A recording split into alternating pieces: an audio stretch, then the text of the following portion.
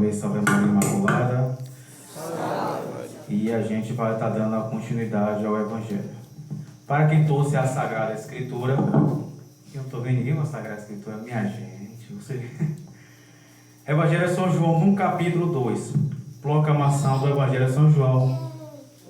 Glória a vós.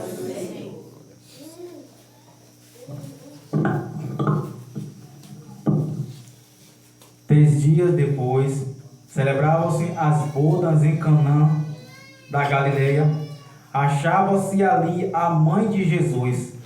Também foram convidados Jesus e seus discípulos. Como viesse a faltar o vinho, a mãe de Jesus disse-lhe: já não tem vinho. Respondeu-lhe Jesus: mulher, isso compete a nós? Minha hora ainda não chegou. Disse então sua mãe ao servente: fazei o que ele vos disser. Ora, achavam-se ali 6 talhas de pedra para a purificação dos judeus, que continha cada qual 2 ou 3 medidas. Jesus ordena-lhe: enchei as talhas de água. Eles encheram-nas até em cima. Tirai agora, disse-lhe Jesus, e levai ao chefe dos serventes. E levaram. Logo que o chefe dos serventes provou da água tornada em vinho, não sabendo de onde era, se bem que se soubesse o servente, pois não tinha de onde tinha tirado a água. Chamou o noivo e disse-lhe: é costume servir primeiro o vinho bom, depois, quando os convidados já estão quase embriagados, servir o menos bom. Mas tu guardaste o vinho melhor até agora. Esse foi o primeiro milagre de Jesus. Realizou em Canaã na Galileia. Manifestou a sua glória e seus discípulos creram nele. Depois disso, desceu para Cafarnaum com sua mãe, seus irmãos e seus discípulos. E ali só demoraram poucos dias. Palavra para a nossa salvação. Glória a vós, Senhor. Que as palavras do Santo Evangelho perdoem nossos pecados e conduz à vida eterna. Amém. Quem trouxe a Bíblia, veja sua Bíblia. Quem não trouxe a Bíblia, não sei o que você vai fazer. E a gente vai estar dando continuidade. Pelo sinal da Santa Cruz, Deus nosso Senhor, dos nossos inimigos, em nome do Pai, do Filho e do Espírito Santo. Amém. São Miguel Arcanjo, defendei-nos no combate, sede nosso refúgio contra a maldade acilada do demônio. Ordena de Deus, instantemente vos pedimos, e vós, príncipe da milícia celeste, pela virtude divina, precipitar em inferno a Satanás e a todo espírito maligno que anda pelo mundo para fazer perder as almas. Amém. Augusta, Rainha do céu, soberana mestra dos anjos, vós que desde o princípio recebeste de Deus o poder e a missão de esmagar a cabeça de Satanás, nós vos pedimos humildemente, enviai vossa legião celeste, para que sob vossas ordens, sob vosso poder, persiga os demônios, combatendo por toda parte, reprimindo a insolência e lançando no abismo. Quem como Deus? Ninguém. Ó Mãe de bondade e ternura, vós sereis sempre nosso amor e a nossa esperança. Ó Mãe divina, enviai vossos santos anjos para nos defender e repelir para longe de nós o cruel inimigo. Santos anjos e arcanjos, defendei-nos e guardai-nos. Amém. Eu consagro esse lugar aos cuidados do Imaculado Manto de Maria. Invoco a presença de São Miguel, São Gabriel e São Rafael para que possa defender esse lugar para a glória de nosso Senhor Jesus Cristo. Amém. Amém.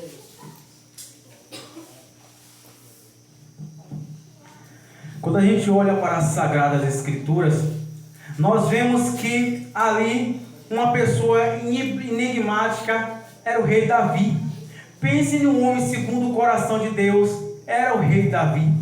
Quando a gente olha para a Sagrada Escritura ali em 1 Samuel, ali no capítulo 16, nós vemos que o profeta Samuel, ele vai à casa de Jessé.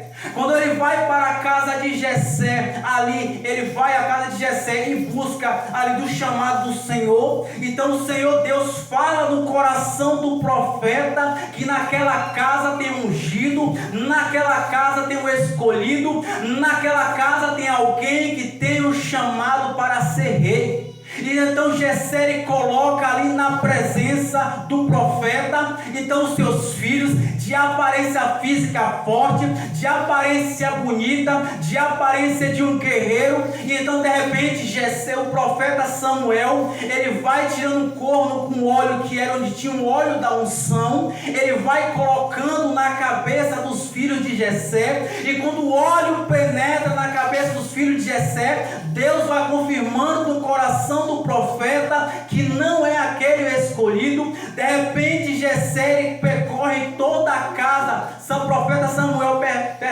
percorre toda a casa de Jessé, e ele não encontra aquele que Deus escolheu, e ele questiona o pai daquela família: todos os teus filhos estão aqui? Então Jessé fala: todos os meus filhos estão aqui. Mas há alguma coisa errada. O chamado do Senhor para esta casa, o chamado que Deus me falou para essa casa, e tem alguém ungido aqui dentro dessa casa. E aí então Jessé, sem muito querer falar: existe um dos meus filhos, ele tem aparência jovem, ele é apenas um menino, ele pastoreia as ovelhas, ele está distante, então manda se chamar. Quando de repente Davi, ele aproxima-se numa distância equivalente, Deus fala ao coração do profeta: é aquele meu escolhido, unge com óleo. Então, para o primeiro passo da pregação, eu quero te dizer, do mesma maneira que Deus ele foi buscar Davi lá no campo pastoreando ovelha, Deus ele vai buscar os seus escolhidos, Deus vai buscar os seus amados, porque quando Deus tem uma promessa na vida de uma pessoa, no tempo de Deus, na hora de Deus, ele manda te chamar para cumprir essa promessa. Então de repente ali ele vai, então quando ele vê Davi, ele unge Davi, ele pega o óleo da unção, Davi é tomado pelo sobrenatural de Deus. Nós já conhecemos a história de Davi. Davi, quando sai daquele lugar, ele vai se encontrar com Saul. De repente Davi, ele consegue derrubar Gedeão, que era um gigante dos filisteus de 3 metros. Davi ele se torna conhecido, Davi ele tem um ministério, um chamado de rei. Saul também, há um tempo atrás, antes de Davi, ele foi chamado para ser rei, mas assim como Saul foi chamado para ser rei, ele desagradou o coração de Deus, ele se afastou de Deus, ele não amou a Deus, ele não buscou a Deus. Então os projetos que Deus tinha sobre a vida do rei Saul foi destruído, foi deixado para trás, foi caindo as muralhas. E da mesma maneira que Deus muitas vezes tem um projeto para a minha vida e para a sua vida, ele não se realiza quando a gente sai da linha do trilho do Senhor, esquece o mandamento do Senhor, abandona a vontade do Senhor. E foi o que aconteceu na vida de Saul. De repente Saul ele já não tem mais o chamado. Davi, como um homem prudente pela unção e a graça do Espírito Santo, ele espera um momento oportuno, narra a Sagrada Escritura que em determinada situação Davi ele tem a oportunidade de matar Saul. E Davi, quando tem a oportunidade de matar Saul para ocupar o trono que já era dele pela graça de Deus, Davi fala: Deus me livre de tocar no ungido do Senhor, Deus me livre de tocar no escolhido do Senhor. Davi entende que aquele que é escolhido por Deus, ele carrega uma graça, aquele que é escolhido por Deus, ele carrega uma unção, aquele que Deus escolheu, estendeu a mão sobre ele, é o ungido do Senhor. E Davi fala: Deus me livre de trocar no ungido do Senhor. Mas Davi sabe esperar a sua hora. De repente chega um momento oportuno, Davi ocupa o trono. Davi ele é um rei segundo o coração de Deus, ele é um rei segundo o coração de Deus. Quando a gente olha para a Sagrada Escritura, dos 150 salmos que tem da Sagrada Escritura, mais da metade dos salmos que é escrito, ele é composto por Davi. Davi agrada a Deus, Davi é amado por Deus, mas Deus tem um planejamento na vida de Davi, tanto que a genealogia de Davi nós vemos pelo percurso da Sagrada Escritura. Então Davi ele vai chegando a uma idade comparável, e de repente ali é necessário que se tenha um sucessor, e o sucessor de Davi vai se chamar Salomão. Salomão é filho de Davi com uma mãe que se chama Betsabeia. Então Davi ele chega à sua idade, alguém assume o seu trono. Quando Salomão assume o trono, ele olha para trás, ele vê a carreira do pai, ele vê a história do pai, ele vê aquilo que Davi conquistou, ele viu a honra, ele vê aquilo que as pessoas, a perspectiva que as pessoas colocavam no seu pai, agora coloca no filho, só que só tem um detalhe: Salomão é um jovem, Salomão não tem experiência, Salomão não sabe lidar com o reinado, Salomão não sabe administrar. Então Salomão, ele se coloca na presença de Deus, e quando ele se coloca na presença de Deus, ele tem muitas coisas para pedir para Deus, mas ele na presença de Deus, ele pede sabedoria para governar. E quando Deus escuta aquilo da boca de Salomão, Deus se agrada com o pedido da boca de Salomão, porque o próprio pedido de pedir sabedoria já é uma manifestação da sabedoria de Deus. Então Deus, ele fala para o seu profeta, para o seu novo rei: assim como você me pediu sabedoria, e é aquilo que me agrada, eu vou te dar muito mais que sabedoria, vou te dar reinos e vou te dar riqueza. Agora Salomão, um pouquinho de água, por favor. Está escondido aqui.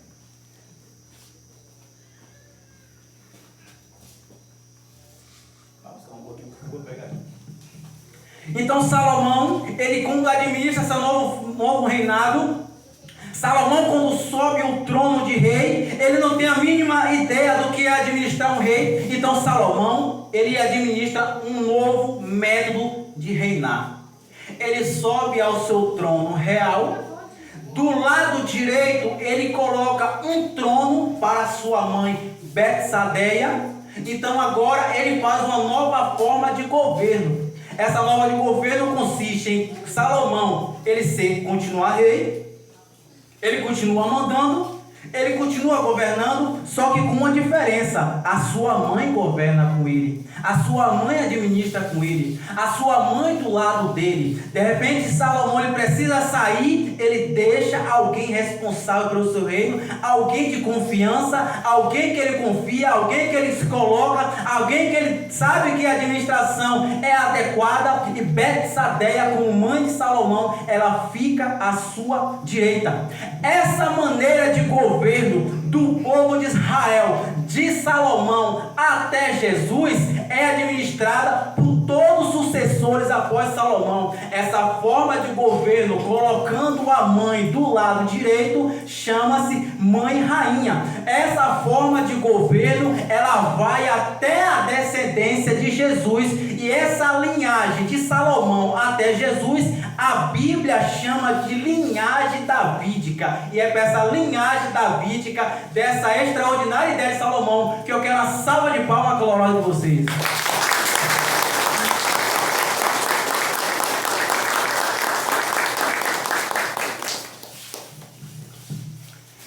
Todos nós sabemos que Jesus, ele é o novo rei. O povo de Israel esperava um rei, o povo de Israel, ele esperava uma profecia. Nós vemos para o profeta Isaías, ali no capítulo 7, no versículo 14, que ali tinha uma profecia de que viria um rei. Nós olhamos para Gálatas no capítulo 4, no versículo 4, que diz que na plenitude dos tempos, o Deus iria se encarnar pelo seio de uma mulher. Então existia uma profecia. Venerável Fulton Sheen, ele vai escrever e dizer que aproximadamente estimula-se entre os rapinos e os judaicos da época, que juntaram-se aproximadamente 452 profecias da espera do novo Messias, da espera do novo Cristo, da espera do novo rei. Mas quando nasce Jesus, eles não aceitam Jesus como rei, porque não tem a aparência de rei, não tem um julgamento de rei, ele não tem uma coroa de rei, a coroa dele é a coroa de espinho. Então Jesus, o povo vai dizer, o apóstolo São Paulo, em seus escritos, que Jesus é negado como rei e o sangue dele recaiu sobre nós para a nossa salvação. O interessante é destacar que essa forma de reinado inventada por Salomão e colocar Betsadeia à sua direita, ela se solidificou até a vinda de Jesus. Sabemos que se Jesus então é rei, ao lado direito de Jesus quem governa é Maria, e é isso que agora a gente vai entrar nesse campo espiritual. Maria,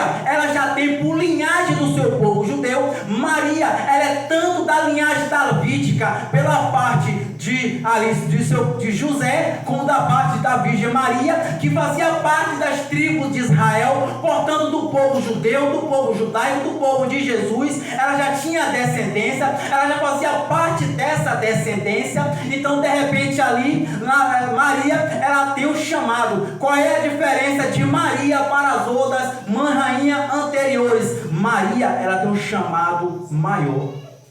Maria, ela tem um chamado não só de administrar como as outras mães administraram, mas o chamado de governar a humanidade. Maria, ela recebeu ali dos dogmas da igreja o chamado de ser preservada do pecado original. A Sagrada Escritura menciona em 1 João, no capítulo 3, no versículo 8, que diz que quem peca é do demônio, e Jesus se manifestou para destruir as obras do demônio. Logo, quem peca é do demônio. Jesus não pode nascer de um seio que tem pecado. Então Maria, ela foi preservada do pecado, ela foi pura, foi preservada do ventre da sua mãe. Santo Afonso Maria de Ligório, santo bispo e doutor da igreja, ele vai escrever dizendo: quem aqui de nós foi capaz de escolher a sua mãe? Alguém escolheu sua mãe? Ninguém, mas Jesus foi aquele que escolheu sua mãe. Ele chegou no alto e falou assim: eu quero aquela lá. Jesus foi quem escolheu Maria. Jesus quis assim, Jesus planejou assim, Jesus ele deixou assim, e foi assim que foi. Ele escolheu Maria por ser mãe, ele preparou-a para ser mãe, e Maria foi aquela que teve o menino Deus na barriga. Então a gente olha e começa a entrar agora no mistério de quem foi Nossa Senhora. A Sagrada Escritura fala de Gênesis, no capítulo 3, no versículo 15, que ali, depois de Adão e Eva ter pecado e comido o fruto, e ali entregado à humanidade, ao pecado original, então Gênesis, no capítulo 3, no versículo 15, Deus coloca uma inimizade e também uma profecia, e essa inimizade e profecia se constitui assim, que a Sagrada Escritura afirma. Deus fala assim: porém ódio entre ti e a mulher, entre a tua descendência dela, esta te esmagará a cabeça e tu tentarás picar o calcanhar. Essa profecia foi para a primeira Eva. Nós vimos aqui no jardim do Éden, lá estava Eva, que foi criada por Deus, tirada da costela de Adão. Então ali tinha Eva. Então Eva, ela de repente, ela dá um sim para a serpente. Deus, ele criou o mundo em 6 dias. Deus entregou o paraíso para Adão e Eva. Quando Deus entrega o paraíso para Adão e Eva, então Deus entrega para Adão e Eva o paraíso. Deus entrega o paraíso para Adão e Eva, mas proíbe de comer especificamente um fruto a qual houve a desobediência. Quando come o fruto proibido, ali há o pecado original, que é uma desordem na natureza humana. E é que diz Gênesis, no capítulo 3, no versículo 19, onde Deus expulsa Adão e Eva do paraíso e diz: sobreviverá com o suor do seu rosto. A profecia que Deus coloca em Gênesis 3,15 é: no jardim do Éden, nós vemos Eva. Então, de repente ali, Isaías capítulo 7, versículo 14, há uma profecia para uma nova Eva. Se por meio de uma mulher entrou o pecado, Deus ele planeja que por meio de uma mulher venha a solução da humanidade. Se por meio de uma mulher entrou ali a condenação, Deus quer por meio de uma mulher entre a salvação. E nós vemos ali em Evangelho São Lucas, no capítulo 1, no versículo 28, de repente o arcanjo Gabriel, ele para numa sala. Santo Afonso Maria de Ligório escreve que aquela menina tinha aproximadamente dos 12 a 14 anos de idade. De repente ali Santo Afonso de Ligório, ele vai escrever que ali uma menina, filha de uma moça chamada Santa Ana, é deixada no templo. Ela zela do templo, ela cuida do templo, ela tem uma missão no templo, ela cresce estudando a Torá, ela cresce ali debruçando dos ensinamentos da igreja. De repente ela se encontra em oração, e quando ela se encontra em oração, um anjo a saúda, e quando o anjo a saúda, ela se encontra perplexa, porque quando o anjo, antes de saudá-la, ele diz: ave cheia de graça. E é isso que a gente começa na oração da Ave Maria. Quando o anjo saúda ave cheia de graça, o anjo, quando olha para aquela menina de Santo Ambrósio de Milão e São Bernardo de Claraval, que quando o arcanjo Gabriel olha para aquela menina, com um olhar penetrante de fogo que um arcanjo tem, que um anjo tem, que ele enxerga muito além da nossa visão carnal ou material, ele vê um amor diferente. Ele vê um amor sobrenatural.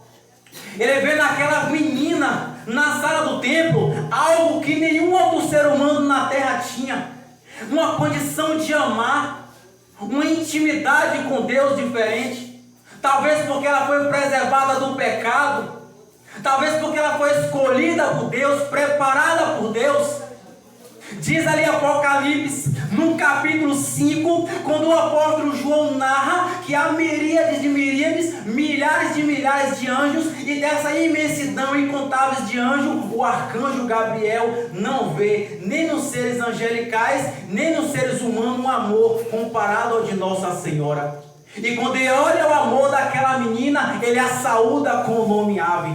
No tempo do tempo judaico, a saudação ave era utilizada somente para a autoridade. Por exemplo, no tempo de César, era-se comum notar a saudação ave César. Mas para Nossa Senhora, ele viu aquele amor e ele a chamou de agraciada, como a Teodocos, como a resplandecente da graça, como a mulher já santa. Porque a Virgem Maria, ela foi aquela que mais cresceu em amor a Deus. Existe um mistério muito além da compreensão humana. Diz ali o Evangelho de São Lucas, no capítulo 1, que ela se coloca a dizer como se fará isso, porque não conhece homem, porque ela era pura, era uma mulher inteiramente virgem. Então ele, de repente, o anjo, ele continua a dar a saudação, a trazer a missão, porque a palavra do anjo é o enviado do Senhor. E então ela fala e coloca-se: eis aqui a escrava do Senhor, faça-se-me segundo a vossa palavra. Em Evangelho de São Lucas, no capítulo 1, no versículo 38, e quando o anjo se afasta dela, a Sagrada Escritura menciona que o Espírito Santo vem sobre Nossa Senhora e cobre ela, e é por isso que a igreja entende que a Virgem Maria é a esposa do Espírito Santo. Onde a Virgem Maria está, o Espírito Santo está presente. Então Nossa Senhora foi aquela que passou 9 meses com o menino Deus na barriga, foi lá que teve 9 meses de adoração intensa. Para a gente adorar a Deus, muitas vezes a gente vai ao que é o sacrário, para sentir a presença de Deus. Nossa Senhora, ela tinha um sacrário vivo dentro dela. Ela entrou no mistério. Ela tinha Deus em si. Ela absorveu, ela cresceu.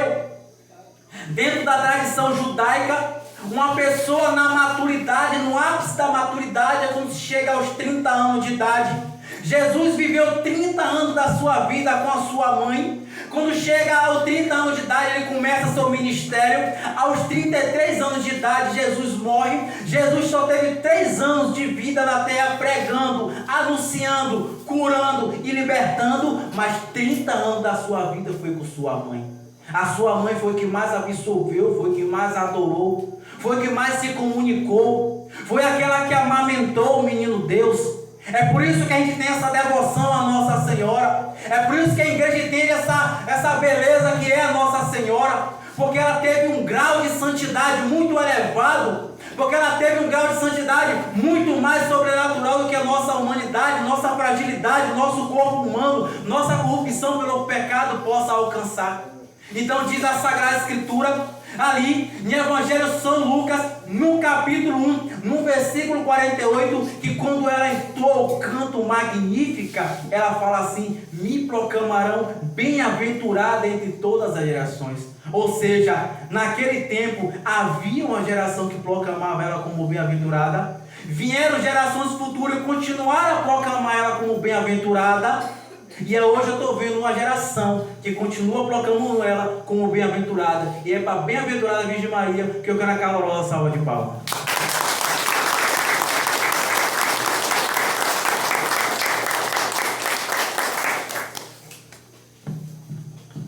Quando a gente olha para a Sagrada Escritura, ali Cântico dos Cânticos, no capítulo 6, no versículo 10, a Sagrada Escritura fala: quem é essa que surge como aurora, bela como a lua, brilhante como o sol, temível como o exército de batalha? É a Virgem Maria Imaculada. A Virgem Maria, como muitos de nós temos uma mentalidade de achar, Não é aquela figura de uma mulher delicada, uma mulher coitada, uma mulher pequena. A figura de Nossa Senhora é mais do que isso. A figura de Nossa Senhora é como uma guerreira. É como uma mulher que usa o escudo e a espada de batalha. É como uma mulher que dá um sim para Deus e não volta atrás. É como uma mulher decidida. Um homem, pense em você que é mãe. Pense em você que é mulher. Aquela mulher estava prometida em casamento. Tinha idade de 12 a 14 anos. Como narra Santo Afonso Maria de Ligório, santo bispo e doutor da igreja. Aquela menina tinha uma vida arrumada. Estava prometida em casamento. Mas que de repente um anjo chega na sua sala e faz uma proposta. Se fosse com você, quem acreditaria? Um anjo chegou aqui e disse que você está aqui fora do uso da razão. Mas ela acreditou, ela confiou. Naquele tempo tinha pela lei dada por Moisés. Se uma mulher aparecesse grávida, a mulher poderia ser acusada talvez de adultério. Ela sabia das consequências, poderia ser apedrejada viva. Ela sabia que colocava sua vida em risco. Ela arriscou seu matrimônio, arriscou sua história, arriscou sua vida. Ela deu um sim para Deus e não olhou para trás, porque Nossa Senhora estava preparada para amar a Deus com a vida. Ela estava preparada para dar um sim e não olhar para trás. Do mesmo jeito que a Virgem Maria, como guerreira, ela deu um sim para Deus. Ela quer de cada um de nós um sim verdadeiro, um sim com amor. E o amor não é um sentimentalismo, o amor é uma decisão, o amor é uma postura. O apóstolo João, Jesus fala no Evangelho de São João, no capítulo 14, no versículo 15, Jesus na sua pregação fala assim: quem me ama guarda meus mandamentos. E quantos de nós que dizemos ser católico nem sabemos hoje quais são os mandamentos e falamos, amamos a Deus? É preciso que a gente levante e desperte na fé. A Sagrada Escritura fala em Apocalipse, ali no capítulo 12, o apóstolo João, quando escreve o livro do Apocalipse, ele está na ilha de Patmos pela descrição de Apocalipse, no capítulo 1. Então ele está na ilha de Patmos, naquele tempo está havendo perseguição. Ele escreve um livro enigmático, João escreve um livro do Apocalipse cheio do Espírito Santo, para somente aquele que é cheio do Espírito Santo entender aquele enigma, entender aquele mistério, entender aquela mensagem deixada por Deus. De repente, no capítulo 12, João escreve sobre Nossa Senhora e ele coloca que eu vi um grande sinal do céu. Ele fala que viu uma mulher, a lua estava debaixo de seus pés, ela estava revestida do sol, na cabeça tinha uma coroa de 12 estrelas, ela estava grávida e pronta para dar à luz. João ele fala sobre o enigma da Virgem Maria. A lua, muitas vezes, São Luís Maria Guion Montfort, talvez não a minha tradução, não a minha maneira de pensar, mas eu trago para vocês a meditação através de um santo da nossa igreja, que se a igreja reconheceu que é santo, então a gente deve entender que ele é santo. São Luís vai escrever e fazer a comparação de Nossa Senhora da seguinte maneira: Deus é o sol. A gente não pode olhar para o sol diretamente, porque a gente vai queimar a retina de nossos olhos. O brilho do sol, o esplendor do sol, nossos olhos não estão preparados. Então o que é que Deus faz com sua perfeição? Maria, nessa saudação, a mulher está revestida do sol. O sol é o menino Jesus, o sol é a glória. A gente não pode ir diretamente ao sol.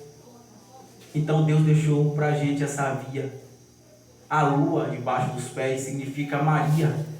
Porque eu não sei se você sabe, mas o brilho da lua é o reflexo do sol. Então São Luís vai escrever assim: que todo louvor, toda veneração, toda oração e todo pedido que damos a Maria não para em Maria, ela vai para Jesus. Assim, quando a gente admira a noite de lua cheia, nós estamos de fato admirando o brilho do sol, porque a lua não tem brilho próprio. Maria, ela não tem brilho próprio. A glória dela, a graça dela, a autoridade dela, a bênção dela vem do sol, que é Jesus. Então toda vez que você vai para Maria, que você clama por Maria, que você ora a Maria, de fato você está buscando a Jesus. E quem escreveu isso, o Padre Pio de Pietrelcina. Certa vez chegaram para São Padre Pio, falava: São Padre Pio, existe um caminho mais curto para chegar no céu? São Padre Pio, por incrível que pareça, ele falou: tem, meu filho, o caminho mais curto para a salvação eterna é a Virgem Maria, e é para essa imaculada que era a saúde de palmas.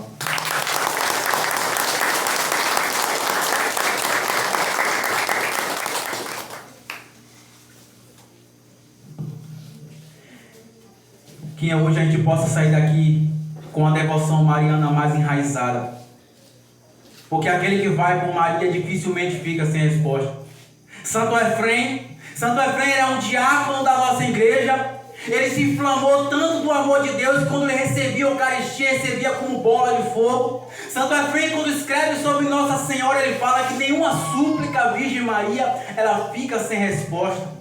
Que a gente possa hoje saber a via desses santos da nossa igreja, que nenhuma súplica, que nenhum pedido, que nenhum dá a Nossa Senhora fica sem resposta. Porque aquele que vai por Maria obtém resposta, aquele que vai por Maria obtém triunfo. E a Virgem Imaculada, ela ficou com essa responsabilidade.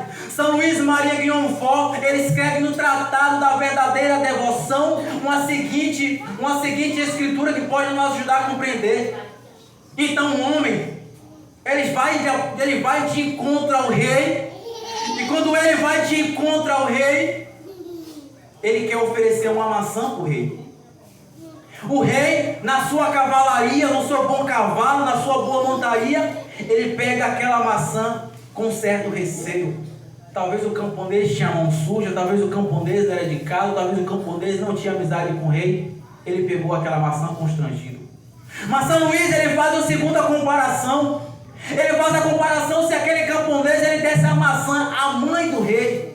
Então a mãe do rei iria pegar aquela maçã, iria lavar aquela maçã, iria colocar aquela maçã numa bandeja de ouro, e depois de colocasse aquela maçã numa bandeja de ouro, iria ofertar ao rei. O rei comeria aquela maçã, não porque o camponês deu, mas porque a mãe preparou aquela maçã. Então São Luís, ele faz essa comparação por aquele que quer ir diretamente a Deus e aquele que vai por Nossa Senhora. Aquele que vai diretamente a Deus nem sempre é ouvido, porque nós não somos dignos, mas aquele que vai por Maria certamente encontra a resposta, certamente encontra o triunfo, certamente não volta de mão vazia, porque a Virgem Maria ela ficou com essa missão, ficou com essa responsabilidade de nos modelar para Deus, de nos formar para Deus, de nos levantar para Deus, de nos aproximar para Deus, de nos ensinar a amar a Deus. E foi isso que a gente viu no Evangelho aqui. Nós vimos que diante das festas de casamento, nós vimos que ali celebravam-se as bodas. De repente nas bodas ali do casamento faltou-se vinho. Ali Jesus ele questiona: mulher, isso não compete a nós. É como se numa linguagem compreensível ele falasse: isso não é da nossa conta, isso não nos interessa, a gente vai para a festa para curtir. Mas Maria, como ela se coloca a servir, Maria como se coloca como amizade, Maria como se coloca como ali aquela que se interessa, aquela que se preocupa, aquela que quer dar um jeito, aquela que quer dar uma solução. Ela vai ali em pedido, e de repente Jesus ele não diz uma palavra sequer, mas Maria fala em Evangelho de São João, no capítulo 2, no versículo 5: fazei tudo o que ele vos disser. E é isso que ela manda para cada um de nós. Maria não quer nada para ela, Maria não fica com nenhum pedido retido para ela, ela aponta para cada um de nós: fazei tudo que o Cordeiro vos mandar. Aquilo que fez João Batista no capítulo 3 do Evangelho de São João. João Batista apontou o Cordeiro, aquele é o Cordeiro de Deus que tira o pecado do mundo. Então João Batista se coloca como humilde, como o Evangelho de São João no capítulo 3, no versículo 30, que ele cresça ou diminua. Então João Batista ele se coloca ao lugar. É aquilo que a gente vê ali no Evangelho de São Lucas, no capítulo 39, quando Nossa Senhora vai visitar a sua prima Santa Isabel. Nossa Senhora ela vai servir, Nossa Senhora está grávida do menino Jesus, mas ela se coloca a servir como o mistério da Sagrada Escritura, como o mistério do reino do céu, como o mistério do campo espiritual. Aquele que ama a Deus não quer o primeiro lugar, aquele que ama a Deus não quer ser visto, aquele que ama a Deus não briga por cargo, aquele que ama a Deus, a exemplo de Nossa Senhora, se preocupa em servir, se preocupa em amar, se preocupa no último lugar. Porque o próprio Tiago, no capítulo 4, no versículo 4, ele escreve e diz: adúlteros, todo aquele que se diz amigo do mundo se opõe como inimigo de Deus. Então todo aquele que ama o mundo e as coisas do mundo, ele se diz inimigo de Deus. Por quê? Porque Jesus pregava não sobre este mundo, mas sobre o paraíso, sobre o céu. A gente foi criado para o céu, para as coisas do céu. Nós fomos criados para algo a mais. A gente não deve se contentar, a gente não deve se desesperar com esse mundo, com esse cotidiano, com essas coisas, com essa situação. Há 2000 anos na igreja já havia prevenido a gente disso. E aquele que bebe com um olhar fixo na Sagrada Escritura, nos ensinamentos do santo, no catecismo da igreja, na busca de Deus, não se escandaliza com o mundo lá fora, porque isso tudo é profecia. Quem se escandaliza com essas coisas? Que não está preparado. É aquilo que Jesus fala no Evangelho de São Mateus no capítulo 7. Aquilo mesmo que Jesus fala no Evangelho de São Mateus no capítulo 7, trazemos para cada um de nós hoje. O homem prudente é aquele que edifica a sua casa na rocha. Onde é que você tem edificado a sua casa? Onde é que você tem colocado a sua confiança? Aonde é que você tem colocado a sua segurança? Nas coisas do mundo, nas coisas passageiras, nas coisas que ficam, ou naquilo que é eterno? Porque o próprio Evangelho fala, a palavra que céus e terra passarão, mas a minha palavra não passará. A minha palavra é eterna. Deus nos chama para ser pessoas diferentes, para ser pessoas santas, para ser pessoas melhores. Deus nos chama. Jesus foi o que mais pregou sobre o inferno. Jesus foi o que mais pregou sobre o pecado. E Nossa Senhora, ela estava sempre ali conservando os ensinamentos de Jesus no seu coração, como diz o Evangelho de São Lucas ali no capítulo 2, que diz: e Maria conservava tudo em seu coração. Maria observava, Maria era uma mulher prudente, Maria era uma mulher silenciosa. Talvez muitos de nós nos perguntamos por que será que se fala pouco dela na Bíblia? Porque Maria é aquela que é conhecida como a rainha da humildade. Maria foi aquela que ocupou o trono do céu que Satanás foi expulso. Porque aquilo que Satanás perdeu por orgulho, Maria conquistou por humildade. Maria conquistou por humildade. E é esse o exemplo de nós. A Sagrada Escritura fala em Apocalipse, ali no capítulo 12, no versículo 17, que o dragão, que a gente vê que ali em Gênesis no capítulo 3 vai dizer que a antiga serpente chamada Diabo ou Satanás, ali no livro de Gênesis, que é o primeiro livro da Bíblia, vai dizer que a primeira serpente ali era Satanás, aquela que induziu Eva ao pecado. Nós vemos duas distinções. Nós vimos ali no livro de Gênesis, um anjo, ele seduz Eva. Eva dá um sim a um anjo e coloca a humanidade no pecado. No Evangelho de São Lucas, nós vemos um novo anjo. E há uma mulher, essa mulher dá um sim ao anjo e abre a oportunidade da salvação à humanidade. Por Eva entrou ali o pecado no mundo. Por Maria entrou a salvação no mundo. Por Eva entrou a desobediência. Por Maria entrou a obediência. Por Eva entrou os maus caminhos. Por Maria entrou aquilo que aproxima de Deus. Então no século III, Santo Irineu de Leão, ele vai escrever da Mariologia de Nossa Senhora, que vai dizer assim: o nó da desobediência de Eva foi atado pela obediência de Maria, para que a gente possa utilizar para a gente crescer na fé como testemunho. A obediência a Deus, a obediência ao mandamento, a obediência à Mãe Igreja é o caminho para a salvação. Jesus revelou para a Santa Faustina que o demônio, ele pode até fingir ficar no manto da humildade, mas ele não suporta a vida da obediência. Aquele que obedece a Deus, aquele que obedece os mandamentos da lei de Deus, aquele que segue na fidelidade à vida, o ensinamento daquilo que Deus deixou, é insuportável para os seres infernais.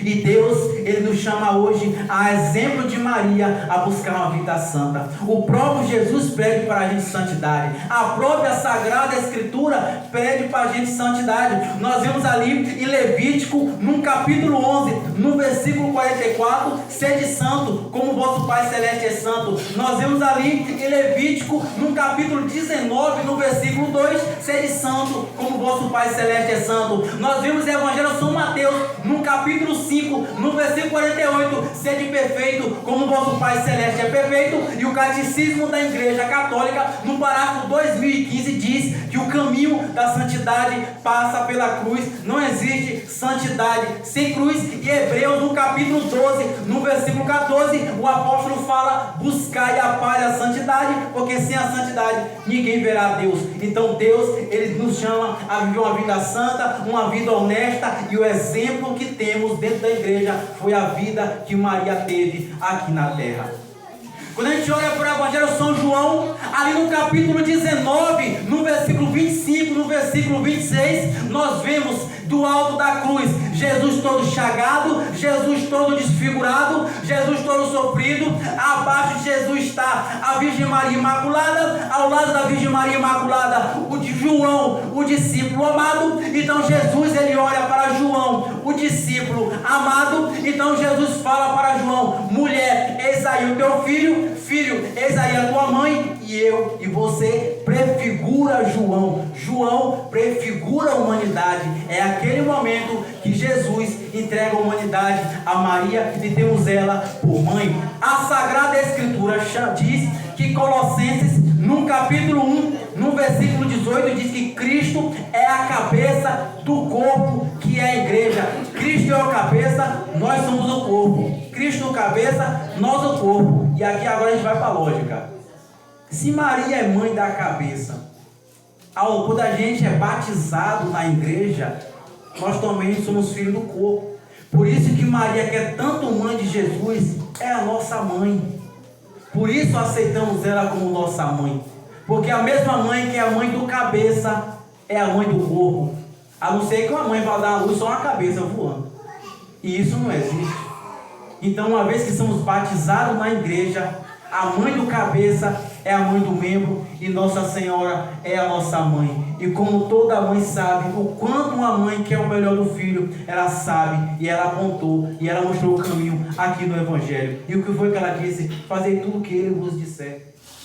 E o que foi que ele disse? A Sagrada Escritura já fala no Evangelho de São Mateus, no capítulo 3, no versículo 10, o profeta João Batista, ele vai dizer assim: o machado já está posto na raiz, e toda árvore que não der bons frutos será cortada e lançada ao fogo. Que árvore é essa? Somos nós. Que fruto é esse? É as nossas obras. Que fogo é esse? É o fogo do inferno. Daí o próprio Jesus fala que seremos salgados pelo fogo. Se você chegou aqui hoje, se você entrou nessa igreja aqui hoje, não foi por acaso, não foi aleatório. Deus tem um plano na minha vida, como tem na vida de cada um de vocês. A Sagrada Escritura fala em Evangelho de São Mateus, no capítulo 10, no versículo 30, que até mesmo os fios de cabelo de nossa cabeça estão contados. Eu não acredito por acaso, eu acredito na graça de Deus. E se Deus trouxe vocês aqui, é porque Deus tem um plano na vida de cada um de vocês. O profeta Samuel, ele chegou um monte alto e ele gritou: até aqui nos ajudou o Senhor. É o que fala a Sagrada Escritura ali em 1 Samuel, no capítulo 7, no versículo 12. Até aqui Deus ajudou vocês, até aqui Deus sustentou cada um de nós. Deus ali foi modelando, foi transformando, foi guiando, foi levantando. Assim como Ele tem um plano na vida de cada um de nós, basta que a gente abra o coração para que a obra seja feita. E a gente tem um caminho curto, e esse caminho é Nossa Senhora. Aquele que se dá a Maria, aquele que busca a Maria, aquele que ora para Maria, alcança a graça.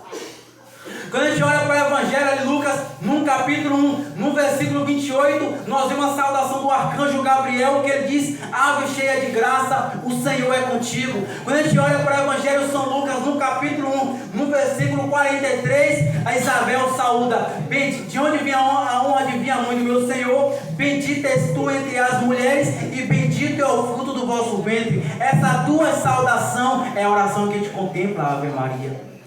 Na oração da Ave Maria nós enchemos do Espírito Santo.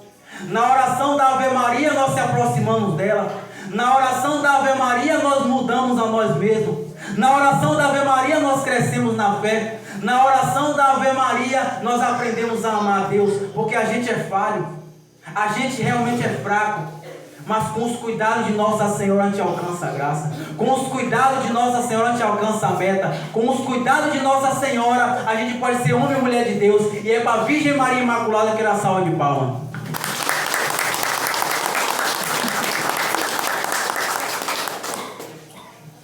Eu não acredito que vocês não vacilam assim não. Então a gente tem essa mãe, esse testemunho vivo. E assim como Nossa Senhora, ela tem um plano na minha vida e na sua vida, ela quer fazer algo de extraordinário na nossa vida, assim como ela fez na vida de muitos santos da nossa igreja, que talvez você já ouviu falar, não sabe. Santa Teresa d'Ávila, quando tinha na idade de 12 a 14 anos de idade, ela perdeu sua mãe biológica. Santa Teresa d'Ávila, quando perde a sua mãe, ela vai em banho mágico, como de Nossa Senhora diz: agora a Senhora é minha mãe. A gente já sabe da história de Santa Teresa d'Ávila, aquela mística espanhola que se tornou santa e doutora da igreja.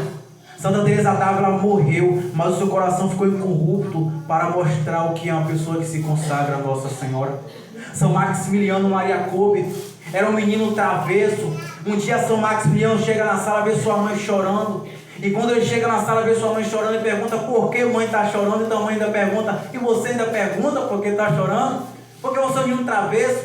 Então quando a mãe de São Maximiliano sai daquela sala, ele tem uma visão de Nossa Senhora. Quando Nossa Senhora aparece para aquele menino, ela oferece 2 coroas, uma coroa branca e uma coroa vermelha. A coroa branca significa a pureza, a coroa vermelha significa o martírio. Nossa Senhora pergunta para aquele jovem qual coroa ele queria. Como um homem de Deus, como um homem firmado na fé, ele fala, eu quero as 2, mãe. São Maximiliano entrou para a ordem, ele se tornou religioso, como um homem que distribuía a medalha de Nossa Senhora. Ele se tornou um dos maiores apóstolos da medalha milagrosa que a história da igreja teve. São Maximiliano Maria Coupe, ele foi pegado pelo campo de latrocínio, ele foi colocado ali no bunker, ali de repente ele foi preso no tempo de perseguição à igreja. Então pai de família daquele lugar, que se fugisse 2 pessoas morriam. Então São Maximiliano, de repente ele vai morrer no lugar de um homem que fugiu daquele lugar. Então São Maximiliano, ele morre de fome. Então ali, de repente, quando ele morre, ele fala assim, eu quero ser o pó na mão da Imaculada Virgem Maria, como uma profecia de um homem que se deu a Nossa Senhora. Aquele homem morre e é queimado, e sobre o vento é jogado o pó dele. Quando os santos que foram por Virgem Maria encontrou o milagre, quando os homens e mulheres de carne como nós, fraco como nós, pequeno como nós, limitado como nós, foi por Nossa Senhora e encontrou a cura, encontrou o milagre, encontrou a grandeza dos braços de Deus. É isso que eu quero trazer para vocês hoje. Estimulam-se que na história houve mais de 20.000 santos canonizados, fora aquele que a igreja nunca conheceu. Todos esses santos passaram pelos cuidados da Virgem Maria. Se eles puderam, a gente também pode. Então a gente vive numa geração onde as pessoas já não acreditam no milagre de Deus, no poder de Deus. Então a gente vive numa geração onde as pessoas já não acreditam que aquele Jesus que está presente ali, ele pode trazer a cura, a libertação, o milagre. Então a gente vive na geração onde a gente coloca a nossa fé em pessoas e não no Deus de Abraão, Isaac e Jacó. Mas a Virgem Maria é aquela que vem hoje nos pegar a mão para modelar a nossa fé. Quando São João Dom Bosco foi um místico, ele tinha um menino jovem que foi conhecido como São Domingos Sábio. São Domingos Sábio, ele falece ao receber a primeira Eucaristia. São Domingos Sábio, São João Dom Bosco escreve que quando ele está no céu, ele tem uma visão. Então ele pergunta, Domingos, o que foi que te confortou no último momento da tua vida? Ele fala, no último instante da minha vida eu clamei por Nossa Senhora. Nas angústias, nas tribulações, na dificuldade, invoca a Maria, busca a Maria, clama a Maria, confia em Maria, que o milagre é certo, que o milagre não fica sem você dar a sua resposta na nossa vida. Deus quer assim, Deus planejou assim, Deus quis ter uma mãe e Deus entregou essa mãe para a humanidade, porque Nossa Senhora ela tem uma missão, que é preparar o povo, quer preparar uma nação, quer preparar as pessoas para a volta do Cordeiro. Estimula-se que no livro do Apocalipse, a igreja ela é conhecida como a noiva. Nós somos a igreja. É uma linguagem mística. Aquilo que é o casamento judaico, que a esposa ela vai, no termo judaico, a esposa ela vai ali, ela fica com família e o homem ele vai construir a casa. Jesus ele vai vir como nosso noivo. E a igreja somos nós. E quem prepara essa igreja é a Virgem Maria. Porque a igreja sabe que Maria é a mãe da igreja. Nós temos Nossa Senhora, gente. Das aparições de 1917, das aparições de Nossa Senhora de Fátima. As aparições de Fátima foram tão verdadeiras que a igreja bateu o martelo e legalizou. A igreja reconhece. Dos milagres de Fátima, que foram os inúmeros, temos aí o milagre das 72.000 pessoas que viu o milagre do sol. Nossa Senhora ela traz uma série de informações para 3 crianças, Jacinta, Lúcia e Francisco. E quando Nossa Senhora traz essa informação, Nossa Senhora mostra o inferno para 3 crianças. Nossa Senhora fala, rezai o texto, porque muita alma estão se condenando porque não tem que rezar por ela. Para a gente entender o que é o valor de uma Ave Maria, para a gente entender o que é o valor de um santo ofício numa casa, uma casa que reza a Ave Maria, uma casa que reza um ofício, uma casa que tem homens e mulheres que estão a vida de confissão, de adoração à Eucaristia, é uma casa que o inimigo não penetra, o inimigo não vence, o inimigo não tem poder, Muitas vezes a gente tem deixado o inimigo entrar na nossa casa. Qual é o tipo de música que você tem admitido? Qual é o tipo de aquilo que você tem assistido? Você se pergunta, aquilo que eu estou assistindo agradaria a Nossa Senhora? Aquilo que eu estou ouvindo agradaria a Nossa Senhora? Aquilo que eu escuto como música, aquilo que eu tenho no celular, agradaria a Nossa Senhora? Se você morresse hoje e você fosse questionado no julgamento a Deus, será que o teu celular te aproximaria do céu ou do inferno? Será que as roupas que você tem no guarda-roupa te aproximaria do céu ou do inferno? Será que a maneira que tu trata teu irmão te aproximaria do céu ou do inferno? A gente tem que se perguntar, gente. Evangelho de São Mateus, no capítulo 7, no versículo 13, no versículo 14, fala assim: larga e espaçosa é a porta que nos leva à perdição, e muitos só entrando por ela. É a Sagrada Escritura. E diz lá no versículo 14: estreito é apertado é o caminho que conduz ao céu, e são raros os que entrarão por ela. A Sagrada Escritura não muda. A porta não passou por reforma. Talvez alguma pessoa pode contorcer a Sagrada Escritura. Não é bem assim. É a Sagrada Escritura. Evangelho de São Mateus, no capítulo 10, no versículo 16, Jesus, quando enviou os seus discípulos, Jesus falou assim: eu te envio como ovelha no meio de lobo. Seja prudente como uma serpente e simples como as pombas. Nós temos sido prudentes? Prudente em renunciar ao pecado? Romanos 6, 23 diz que o salário do pecado é a morte. Eclesiastes capítulo 21, versículo 3 diz: foge do pecado como que foge de uma serpente, porque se tu se aproxima dela, ela pode te morder. Mas não deixe que o pecado seja o motivo da tua tristeza. Hebreus capítulo 12, versículo 4 diz: ainda não tende resistido ao pecado até o sangue. Então 1 João capítulo 13, versículo 8 diz que Jesus se manifestou para destruir as obras do demônio. Mas diz o apóstolo São Paulo em Romanos, no capítulo 5, no versículo 20, que aonde amputou o pecado, superamputou a graça, e por meio de Nossa Senhora nós temos essa esperança. Por meio de Nossa Senhora nós temos essa via. Por meio de Nossa Senhora nós podemos alcançar o céu. Amém, igreja? Amém. Vocês parecem estar com sono? Vamos levantar, fazer um breve momento de oração. Eu não acredito que vocês dormem nesse horário. Eu não vou levar para a cabeça.